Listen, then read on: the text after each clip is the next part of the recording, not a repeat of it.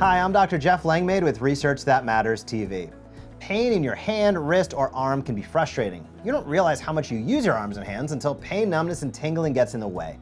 Most of us don't usually think that an issue in our neck might cause pain in our arm, but it's very common that arm pain can be traced back to a nerve issue in your neck. Hand, wrist, and arm pain often starts with a neck problem. When a spinal disc in your neck irritates or presses on a nerve, it can result in arm pain. Just like the power lines that bring electricity to your house, your brain and spinal cord split into individual nerve roots that deliver information to every part of your body. The nerves in your neck are specifically focused on providing strength and sensation to your head and arms. Here are a few key takeaways. A bulge or herniated disc in your neck can irritate or compress the nerves that travel to your arms, hands, and shoulders. A recent study of people with cervical or neck disc herniations showed improvement in over 86% of people who received chiropractic adjustments.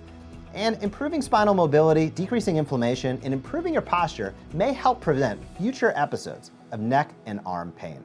A painful arm as a result of a pinched nerve in your neck very rarely requires surgery. Most people can find long-term relief with conservative care, such as chiropractic. Getting rid of the inflammation, giving the disc time to heal are all part of the complete plan we use every day to help our patients reduce their symptoms and get their lives back. I'll see you next week for another episode of Research That Matters TV.